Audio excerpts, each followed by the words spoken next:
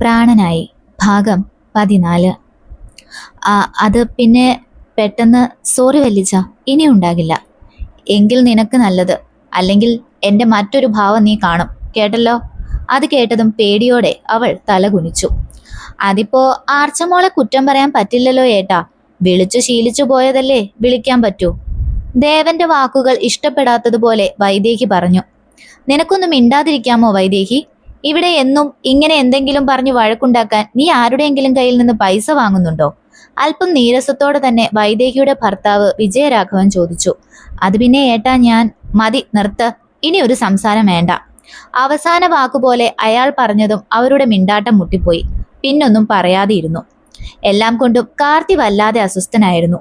അതെന്തുകൊണ്ടാണെന്ന് മാത്രം അവന് മനസ്സിലാകുന്നുണ്ടായിരുന്നില്ല. മുന്നിലിരിക്കുന്ന ആഹാരത്തിനോട് പോലും അവന് വല്ലാത്ത മടുപ്പ് തോന്നുന്നുണ്ടായിരുന്നു. എങ്ങനെയൊക്കെയോ ആഹാരം കഴിച്ചെഴുന്നേറ്റ് തന്റെ മുറിയിലേക്ക് നടന്നു. ഒപ്പം അവന്റെ കണ്ണുകൾ പലയിടത്തേക്കും പായുന്നുണ്ടായിരുന്നു. അപ്പോഴും അതെന്തിനെന്നോ ആർക്കു വേണ്ടിയെന്നോ തിരിച്ചറിയാൻ അവൻ ശ്രമിച്ചില്ല.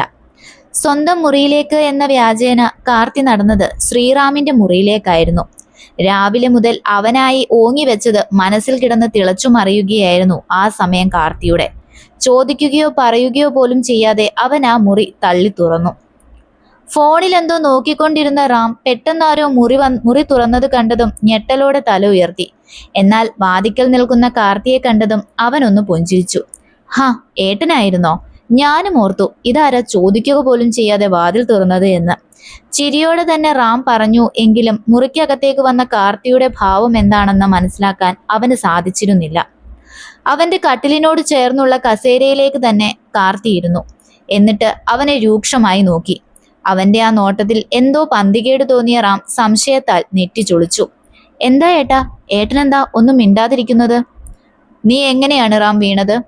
അത് പിന്നെ ഏട്ടനോട് പറഞ്ഞിരുന്നതാണല്ലോ സ്റ്റെപ്പിൽ നിന്ന് വീണതാണെന്ന്. കാർത്തിയുടെ നോട്ടത്തിൽ പേടി തോന്നി മുഖം തിരിച്ചുകൊണ്ട് അവൻ എങ്ങനെയൊക്കെയോ പറഞ്ഞു. അല്ലാതെ അബി തല്ലിയൊടിച്ചതല്ല അല്ലേ? ഞെട്ടലോടെ കാർത്തിയെ നോക്കിയ റാമിൽ പേടിയായിരുന്നു മുന്നിട്ടു നിന്നത്. അഭിയെല്ലാം അവനോട് തുറന്നു പറഞ്ഞിട്ടുണ്ട് എന്ന് റാം ഉറപ്പിച്ചു. എങ്കിലും ശ്രീനന്ദയോടുള്ള കാർത്തിയുടെ പെരുമാറ്റം ഓർമ്മ വന്നതും ഒന്നും ഉണ്ടാകില്ലെന്ന് അവൻ സ്വയം ഉള്ളിൽ ആശ്വസിച്ചു. അത് പിന്നെ ഏട്ടാ, ഞാൻ എന്താ അല്ലേ? അഭിയല്ലേ നിന്റെ ഈ കാല് രണ്ടും തല്ലിയൊടിച്ചത്? അത് ഏട്ടാ, അഭിയേട്ടനുണ്ടായ ഒരു തെറ്റിദ്ധാരണയുടെ പുറത്താ അങ്ങനെയൊക്കെ സംഭവിച്ചത്. തന്റെ ഭാഗം എങ്ങനെയെങ്കിലും ന്യായീകരിക്കണം എന്ന ചിന്തയിൽ അവൻ പറഞ്ഞു. എന്ത് തെറ്റിദ്ധാരണ? ഏട്ടാ, നമ്മൾ വിചാരിക്കുന്നത് പോലെ ഒന്നുമല്ല ആ ശ്രീനന്ദ. ഇവിടെ വന്നപ്പോൾ മുതൽ പലപ്പോഴും പലയിടത്തും വെച്ച് എന്നെ അവൾ ഓരോന്നൊക്കെ പറഞ്ഞ് വരുതിയിലാക്കാൻ ശ്രമിച്ചു. എനിക്ക് താല്പര്യമില്ലെങ്കിൽ കൂടിയും അതിനേക്കാൾ ഏട്ടന്റെ ഭാര്യയാണെന്ന ചിന്തയിലും ഞാൻ അവളിൽ നിന്നും ഒരുപാട് അകന്നു മാറാൻ ശ്രമിച്ചതാ. പക്ഷേ അവൾ വീണ്ടും വീണ്ടും എന്നോട് അടുത്ത് പെരുമാറിയപ്പോ ഒരു നിമിഷം ഞാനും വീണുപോയി. അവളോടൊപ്പം അവൾ പറഞ്ഞതുപോലെ ഞാൻ ചെന്നു. പക്ഷേ അത് കണ്ടുകൊണ്ടുവന്ന അഭിയേട്ടനെ കണ്ടതും അവൾ നേരെ എനിക്ക് തിരിഞ്ഞു. ഞാൻ അവളെ ഉപദ്രവിക്കാൻ വന്നതാണെന്നും രക്ഷിക്കണമെന്നുമെല്ലാം അവൾ ഏട്ടനോട് പറഞ്ഞ് കരഞ്ഞു കാണിച്ചപ്പോ ആ നിമിഷം ഏട്ടൻ അവളെ വിശ്വസിച്ചു. അങ്ങനെ പറ്റിപ്പോയതാ. അവളെ വിശ്വസിക്കരുതേട്ടാ, പഠിച്ച കള്ളി അവൾ. കാർത്തി ഇനി ഒരിക്കലും അവളെ സ്വീകരിക്കരുത് എന്ന ചിന്തയിലും അവളോട് മനസ്താപം പോലും തോന്നരുത് എന്ന നിർബന്ധത്തിലും തന്നെ കൊണ്ടാവുന്നതുപോലെ റാം പറഞ്ഞു ഫലിപ്പിക്കാൻ ശ്രമിച്ചു. എന്നാൽ റാമിൽ നിന്നും വന്ന വാക്കുകൾ കേട്ട കാർത്തിയിൽ ദേഷ്യമായിരുന്നു ഉടലെടുത്തത്. ഒരു നിമിഷം നിറഞ്ഞ കണ്ണുകളോടെ തന്റെ നെഞ്ചോട് ചേർന്ന് നിന്ന ആ കുഞ്ഞു മുഖത്തെ ഓർത്തതും അവൻ തന്റെ കണ്ണുകൾ ഇറുക്കിയടച്ചു. ഉള്ളിൽ ഉടലെടുത്ത ദേഷ്യത്തിൽ മുഷ്ടി ചുരുട്ടി. അവൾ എന്തിനും പോന്നൊരു പെണ്ണായേട്ടാ. ചിരിച്ചു കാണിച്ച് ആണുങ്ങളെ മയക്കാൻ അവൾക്ക് വലിയ കഴിവാ. താൻ പറഞ്ഞതെല്ലാം ഏട്ടൻ വിശ്വസിച്ചു എന്ന തോന്നലിൽ വീണ്ടും അവളെക്കുറിച്ച് കുറ്റം പറയാൻ തുടങ്ങിയ റാമിന് അത് മുഴുവനാക്കുന്നതിനു മുന്നേ തന്നെ കവിൾ നീറി പുകയുന്നത് പോലെ തോന്നി. എന്താ സംഭവിച്ചത് എന്ന് മനസ്സിലാക്കുന്നതിനു മുന്നേ മറുകവിളിലും അതേ പ്രഹരമേറ്റിരുന്നു. പകപ്പോടെ തല ഉയർത്തി നോക്കിയ റാം കാണുന്നത് തന്നെ ദഹിക്കാൻ പാകത്തിന് ദേഷ്യവുമായി നിൽക്കുന്ന കാർത്തിയായിരുന്നു. പന്ന ഡാഷു മോനെ, ഇനി അവളെക്കുറിച്ച് എന്തെങ്കിലും പറയാൻ നിന്റെ നാവ് പൊങ്ങിയാൽ പിഴുതെടുക്കും ഞാനത്. റാമിന്റെ കഴുത്തിൽ കുത്തിപ്പിടിച്ചുകൊണ്ട് കാർത്തി അലറി. ഇത് കണ്ടുകൊണ്ടായിരുന്നു അബി അങ്ങോട്ട് വന്നത്. കാർത്തി ഇന്ന് എന്തായാലും റാമിന്റെ അടുത്ത് ചെല്ലുമെന്ന് അവന് നല്ല ഉറപ്പുണ്ടായിരുന്നു. അതുകൊണ്ടാണ് അവനെ മുറിയിൽ കാണാത്തതുകൊണ്ട് അബി നേരെ ഇങ്ങോട്ട് വന്നത്. റാമിന്റെ കഴുത്തിൽ കുത്തിപ്പിടിച്ചുകൊണ്ട് ദേഷ്യത്തിൽ ഉറഞ്ഞു തുള്ളി നിൽക്കുന്ന കാർത്തിയെയാണ് അവൻ കണ്ടത്. അവന്റെ ആ ദേഷ്യത്തിൽ ഒരു നിമിഷം അഭി പോലും പകച്ചു നിന്നു. ശ്വാസം കിട്ടാതെ റാം പിടയുന്നത് കണ്ടതും ഇനിയും നോക്കി നിന്നാൽ ശരിയാകില്ല എന്ന് മനസ്സിലാക്കി അഭി വേഗം കാർത്തിയെ പിടിച്ചു മാറ്റാൻ ശ്രമിച്ചു. എന്നാൽ ഒരു അടി പോലും അവൻ അനങ്ങുന്നുണ്ടായിരുന്നില്ല. കാർത്തി, നീ എന്തൊക്കെയാ കാണിക്കുന്നത്? എടാ വിടടാ. എടാ, ഈ ഒച്ച കേട്ട് താഴെ നിന്ന് ആരെങ്കിലും വരുന്നതിന് മുന്നേ നീ അവനെ വിടാൻ നോക്ക്. നീ എന്തൊക്കെ പറഞ്ഞാലും ഞാൻ വിടില്ല അഭി. അവളെ കുറിച്ച് എന്തൊക്കെ തോന്നിമാസമായി അവൻ പറഞ്ഞതെന്നറിയോ? അവൾ ആണുങ്ങളെ വശീകരിക്കാൻ നടക്കുകയാണ് പോലും. പല സമയത്തും പല പല ഇടങ്ങളിൽ വെച്ചും ഇവനെ അവൾ വിളിച്ചിട്ടുണ്ട് എന്ന്. റാം പറഞ്ഞത് ഓരോന്നും എണ്ണിപ്പെറുക്കി പറയുന്നതിനോടൊപ്പം കാർത്തിയുടെ കൈകൾ അവനിൽ കൂടുതൽ മുറുകുന്നുണ്ടെന്ന് റാമിന്റെ മിഴിഞ്ഞ കണ്ണുകളിൽ നിന്നും അഭിക്ക് മനസ്സിലാകുന്നുണ്ടായിരുന്നു. എടാ, നീ ഇപ്പൊ അവനെ വിട്. എന്തൊക്കെയാ കാർത്തി നീ കാണിച്ചു കൂട്ടുന്നത്? ഇതിനൊക്കെ നീ അന്നേ പ്രതികരിക്കണമായിരുന്നു. അല്ലാതെ ഇന്നിവന്റെ മെക്കിട്ട് കയറിയിട്ട് യാതൊരു ഗുണവുമില്ല. അന്ന് നീ അവളെ നോക്കുക പോലും ചെയ്യില്ലായിരുന്നല്ലോ. അവൾക്ക് എന്ത് സംഭവിച്ചാലും നിനക്കതൊരു പ്രശ്നവുമായിരുന്നില്ല. അങ്ങനെയുള്ള നിനക്ക് പെട്ടെന്ന് എവിടെ നിന്ന് വന്നു ഈ ഒരു ഉത്തരവാദിത്വ ബോധം? ഇതും സഹതാപം തന്നെയല്ലേ? ദേഷ്യത്തോടെ തന്നെ അഭി ചോദിച്ചതും കാർത്തിയുടെ കൈകൾ റാമിൽ നിന്നും അയഞ്ഞു. കുറ്റബോധത്തോടെ അവൻ മുഖം തിരിച്ചു. അവന്റെ ആ ഭാവങ്ങളെല്ലാം മനസ്സിലാകുന്നുണ്ടായിരുന്നുവെങ്കിലും അഭി അതേ രോക്ഷത്തിൽ തന്നെ അവനെ നോക്കി നിന്നു. എന്നാൽ ഇനിയും റാമിന് മുന്നിൽ വെച്ച് വല്ലതും പറഞ്ഞാൽ അത് മറ്റൊരു രീതിയിലാകും എന്നുള്ളത് കൊണ്ട് തന്നെ അവൻ കാർത്തിയുടെ കയ്യിൽ പിടിച്ചു വലിച്ചുകൊണ്ട് ആ റൂമിൽ നിന്നും പുറത്തേക്ക് ഇറങ്ങി. ജീവൻ തിരിച്ചു കിട്ടിയതുപോലെ റാം അമർത്തി അമർത്തി ചുമച്ചു. ശ്വാസം കിട്ടാതെ ഒരു നിമിഷം അവൻ പിടഞ്ഞു പോയിരുന്നു. കണ്ണുകൾ ചുവന്നു കലങ്ങി സ്വയം നെഞ്ചിൽ അമർത്തി തടവി റാം. എന്താ, നിനക്ക് ഭ്രാന്ത് പിടിച്ചോ കാർത്തി? എന്തൊക്കെയാ നീ ചെയ്തു കൂട്ടുന്നത്?